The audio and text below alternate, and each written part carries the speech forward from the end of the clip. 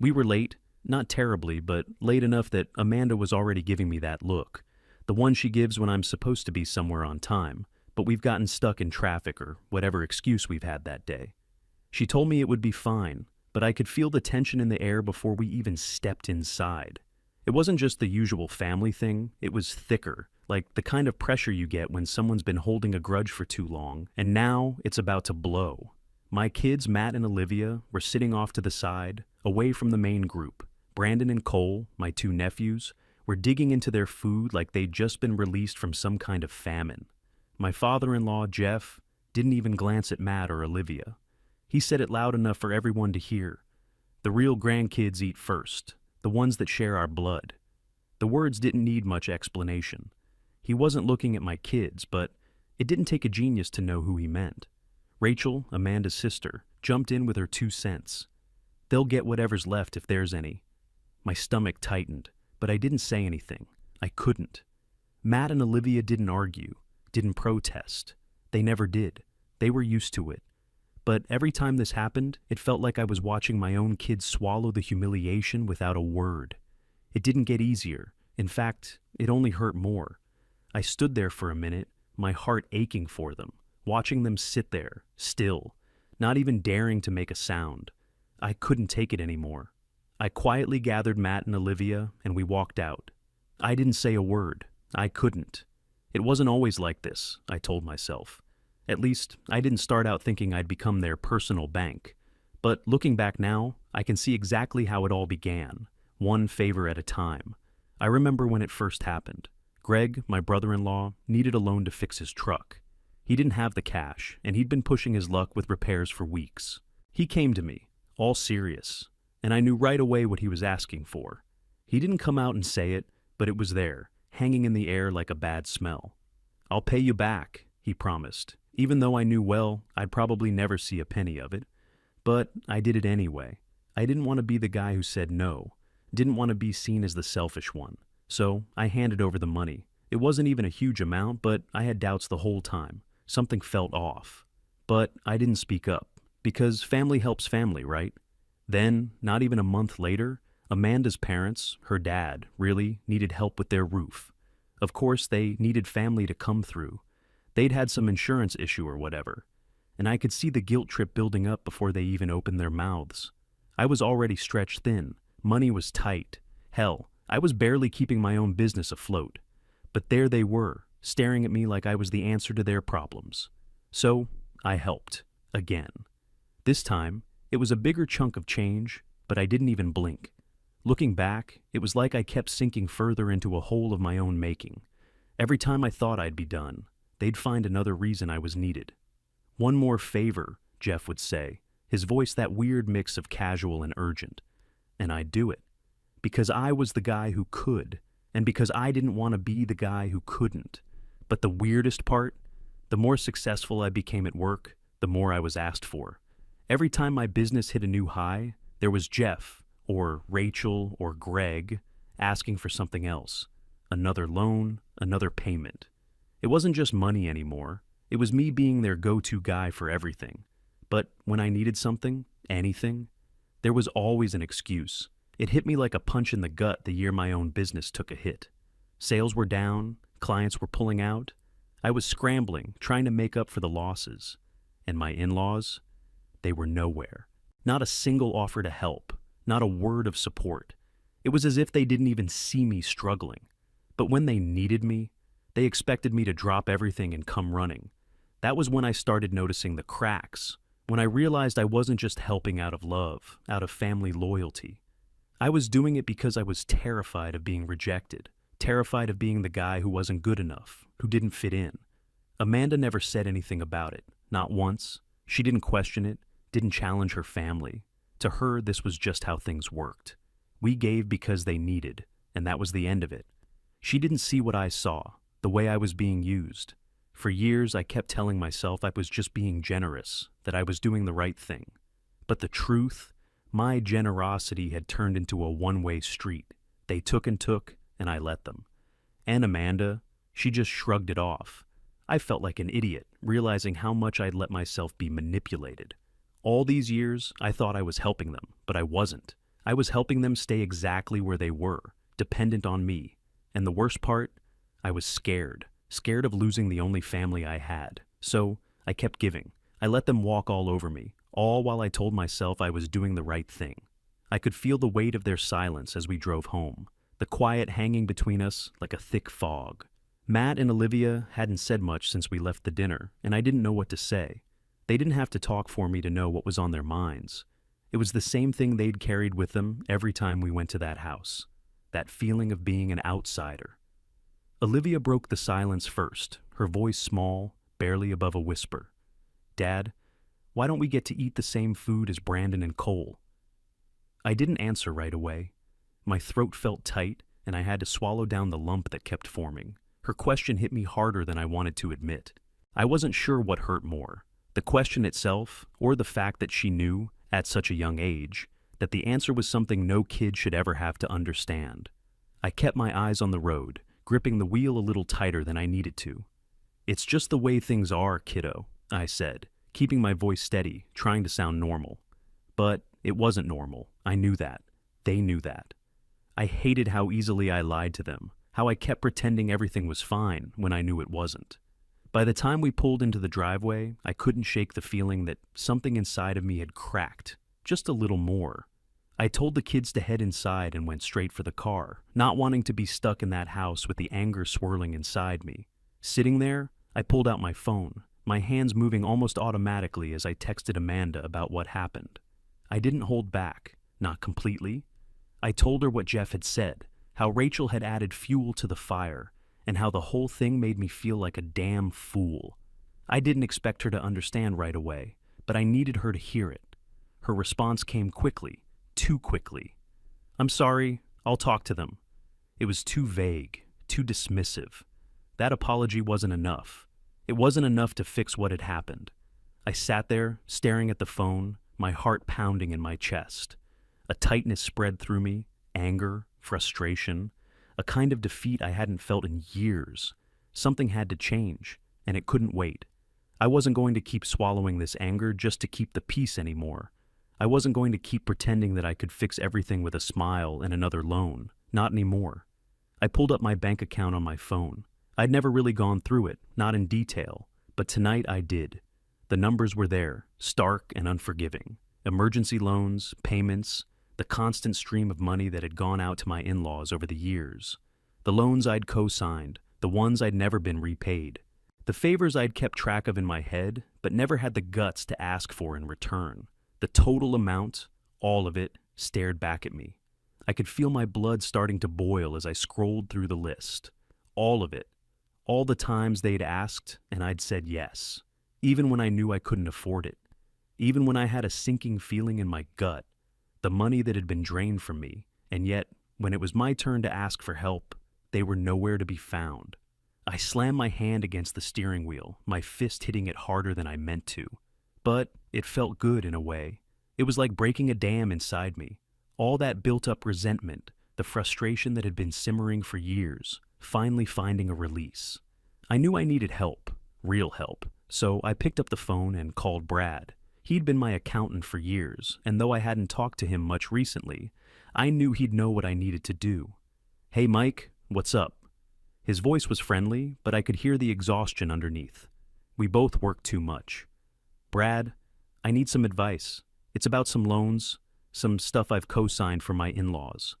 There was a long pause, and then he muttered, "You've been doing that for years, man. I thought you knew what you were getting into." "I did, or I thought I did, but I need to know how to get out of it. I'm done." I heard him sigh through the phone. "Mike, you've been co-signing loans for them for years. That puts you on the hook for everything.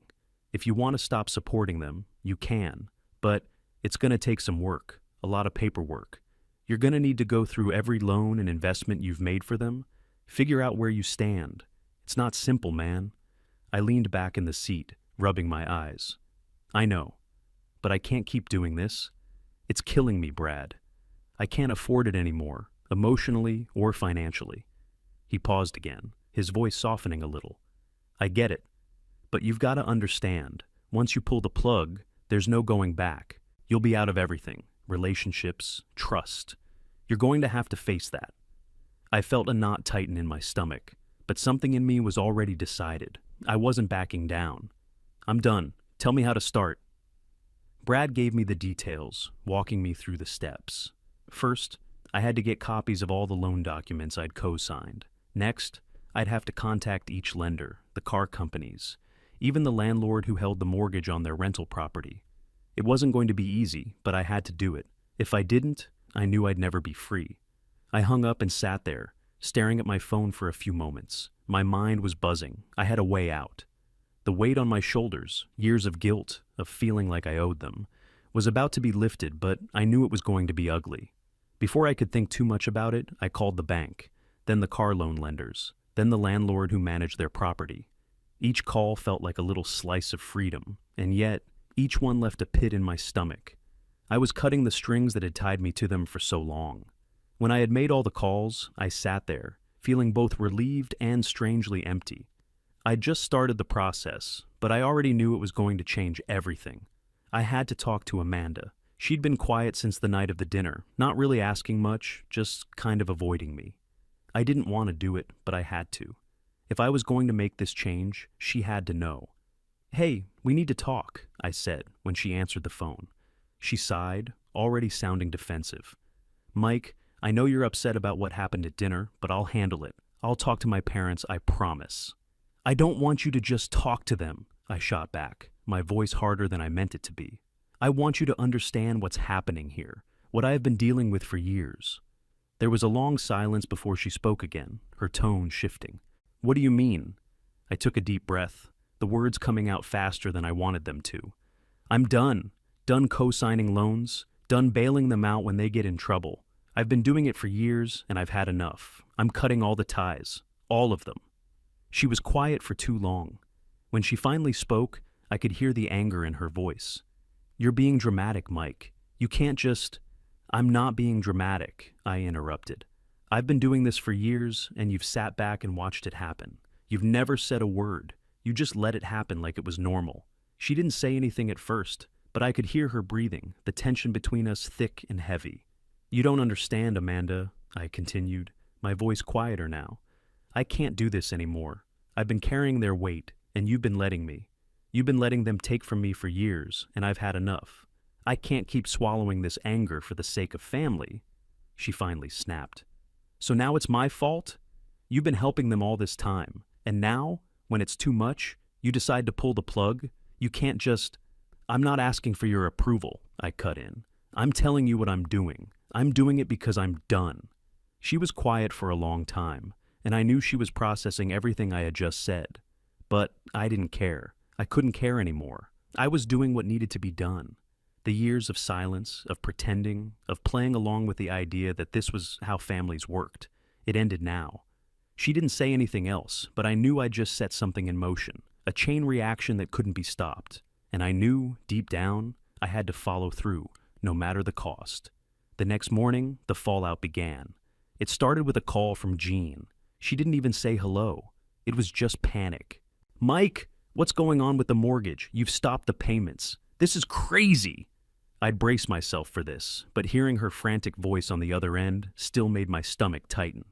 "Jean, I contacted the lenders and told them I'm withdrawing my support going forward. I'm not making any more payments. You'll have to figure it out."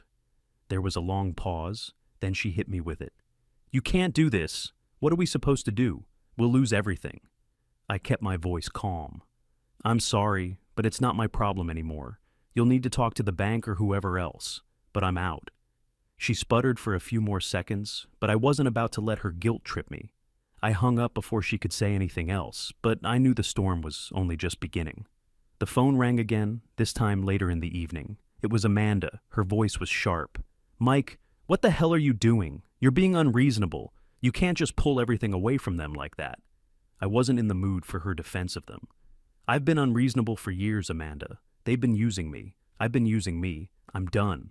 You don't understand. They need you. You can't just—" "You think I don't understand?" I cut her off, my anger rising again. "You think I haven't been watching them depend on me for years? They've been using me, and you've been letting them. It's over now." There was a silence on the other end of the line. She was angry, but I could hear the guilt creeping in too. I don't know why you're doing this, she finally said, her voice softer but still laced with frustration. You're just going to ruin everything. Maybe it's time for things to fall apart, I said, my voice rough. Maybe they need to figure it out for themselves. I've done enough. Before she could respond, the phone rang again. I didn't even look at the caller ID. I already knew who it was. Greg. Mike, you're ruining everything, he shouted as soon as I picked up. You can't just cut off all the loans like that. You've got to fix this. This is all on you. I felt my grip tighten on the phone. I'm not fixing anything, Greg. I'm done fixing their problems. You fix it. You don't get it. You're going to wreck everything. My credit's shot, our house is in jeopardy, and it's all because of you. I laughed, but it wasn't funny. I didn't wreck anything. You did. You just didn't care enough to fix it yourself. He went silent for a second, then the rage came back, louder this time. You think you're some hero for this? You're just selfish. I didn't answer. I didn't need to. The truth was right there between us. They'd relied on me for so long, taking what I gave without a second thought. And now that the rug was pulled out from under them, they had no idea what to do. It was like they'd been living in a bubble I was funding, and without me, it was all popping. I hung up before he could say more. As I sat there, staring at my phone, I realized something. I wasn't feeling any relief, no sense of victory, not even satisfaction. All I felt was the weight of the mess I'd just caused, the financial chaos, the wrecked relationships. It wasn't just about money anymore. It was about everything they had taken from me, everything I'd sacrificed. But the worst part? Amanda wasn't just angry. She was starting to turn that anger on me. She didn't want to see it, didn't want to admit what her family had done to us, to me. She was starting to feel the fallout too, and I knew she wasn't going to let me off easy for this. I wasn't sure what was worse, the family I was trying to break free from, or the one I was now realizing I was losing. The next day, Amanda showed up at my office, looking like a storm ready to break. She didn't even knock, just pushed the door open and stormed in, her face a mix of anger and disbelief. "You've got some nerve, Mike," she started before I even had a chance to respond. "You're being vindictive, hurting everyone for something that has nothing to do with our kids. You're punishing them for something they didn't do." I didn't flinch, didn't let her words get to me. "I'm not punishing them, Amanda. I'm punishing myself by letting this go on, by letting you let it go on." She crossed her arms, glaring at me.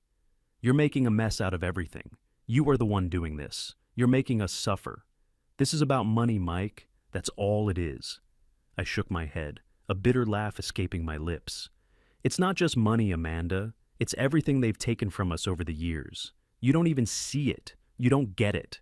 Her eyes narrowed. "You're just angry because you didn't get your way. You're destroying our family for nothing."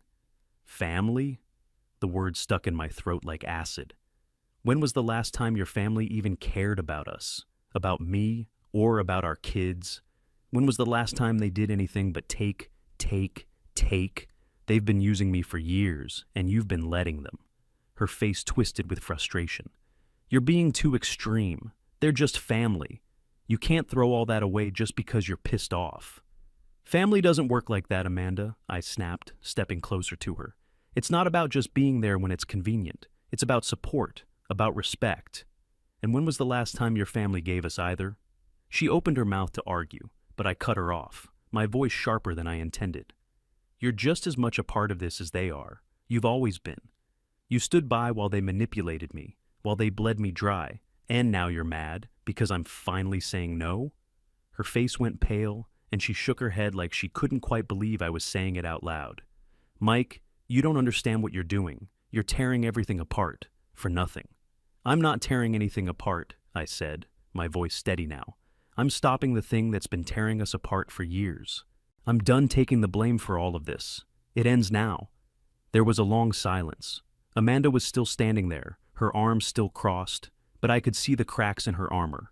She was angry, yes, but there was something else there too, something I couldn't name, not yet.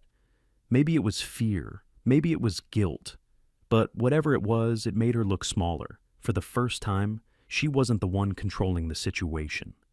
"You think I want to ruin everything?" she said, her voice breaking. "You think I'm okay with all of this? But you're going too far, Mike. You're pulling us all into this mess, and you're not even thinking about the kids. You're not thinking about us." My chest tightened, but I couldn't let her pull me back in. "I've been thinking about us, Amanda. You just haven't been listening." I paused, letting that sink in. "I'm not going to keep sacrificing everything for your family. Not anymore. I can't. I'm done." She took a step back, like my words had hit her harder than she was ready for. "What happens now? Are you leaving the family behind?" I swallowed hard. The answer was clear, but it felt like it was choking me. "I'm stepping away from your family's demands. I can't keep doing this." Her expression flickered between shock and something else. Hurt, maybe? But there was something else I saw too. Something I wasn't ready to acknowledge. Resentment. She wasn't just angry at me. She was starting to see me as the enemy. Amanda didn't respond. She just turned and left, her heels clicking sharply on the tile as she walked out of the office. The door slammed behind her, and I just stood there for a second, the silence in the room swallowing me whole. I'd made my choice. I had to live with it. But as the weight of it all settled in, I realized I'd just burned every bridge I thought I could count on. The consequences were real now, and they were mine to carry. A few days after everything exploded, I got a letter from Jeff. I knew exactly who it was from when I saw the handwriting, the official-looking envelope with the return address. My heart didn't even skip a beat. I was numb at that point. I opened it. The letter was full of pleading. Jeff was practically begging me to reconsider, talking about how they were going to lose their house, how my withdrawal of support had wronged them, how they couldn't survive without me, how I'd been the one who kept them afloat. It felt like the same tired script I'd heard 100 times, only now the words carried more desperation. He said they were family, that I'd been selfish and unfair to cut them off like that. I read it, but I didn't respond. I didn't need to. Everything I'd ever done for them had been out of obligation, not love. I didn't owe them anything anymore. The letter sat on my desk for days, untouched. It felt like a weight, but it wasn't mine to carry anymore. A few hours later, Amanda came home. She was quieter than usual, her eyes a little red, but she didn't bring up the letter. She didn't have to. I could feel the shift in her. She was upset, yeah, but she was also starting to understand something. I could see it in the way she looked at me. Like I wasn't just the guy who'd blown up their world, but the guy who'd finally put an end to their manipulation. She didn't say it, but I could tell. She knew what her family had been doing to us. The phone rang again later that evening. It was Greg, and he didn't waste any time getting to the point. "Mike, you've ruined everything. The bank is threatening foreclosure. The mortgage is now past due because your name isn't on it anymore." I didn't feel the anger I expected. "I'm sorry, Greg," I said, even though I wasn't. "But this was always going to happen. You've been depending on me for too long. You need to figure it out, just like I had to." There was a long pause on the other end. "You don't get it, man. You've ruined everything." I hung up without responding, staring at the phone like it was an alien object in my hand. I wasn't going to let him guilt-trip me into going back. I'd already made my decision. In the days that followed, I noticed the change in the kids. Matt and Olivia stopped asking about their grandparents. No more questions about visits, no more wondering when they'd see them again. I didn't have to explain anything to them. They didn't ask about visiting anymore. I wasn't sure they fully understood what happened, but they could feel the tension was gone. It felt like a small victory, but a victory nonetheless. The house felt quieter, lighter, like we were finally free of a weight I didn't even realize we'd been carrying. I didn't expect any kind of apology from Amanda, and I didn't get one. But something shifted in her. She stopped defending her family so fiercely. She started questioning what they'd done. It wasn't enough, not yet, but I could see she was starting to see it. Then one night, after the kids had gone to bed, she turned to me, looking like she was about to say something she'd been holding in for days. "You were right," she said, her voice barely above a whisper. "About everything. I should have seen it sooner. I'm sorry." I didn't know what to say. I wanted to tell her it was fine, that everything would be okay. But I knew it wouldn't be. Not yet. I nodded. "It's too late for sorry, Amanda. I've already made my choice." And just like that, I knew. I'd lost her trust.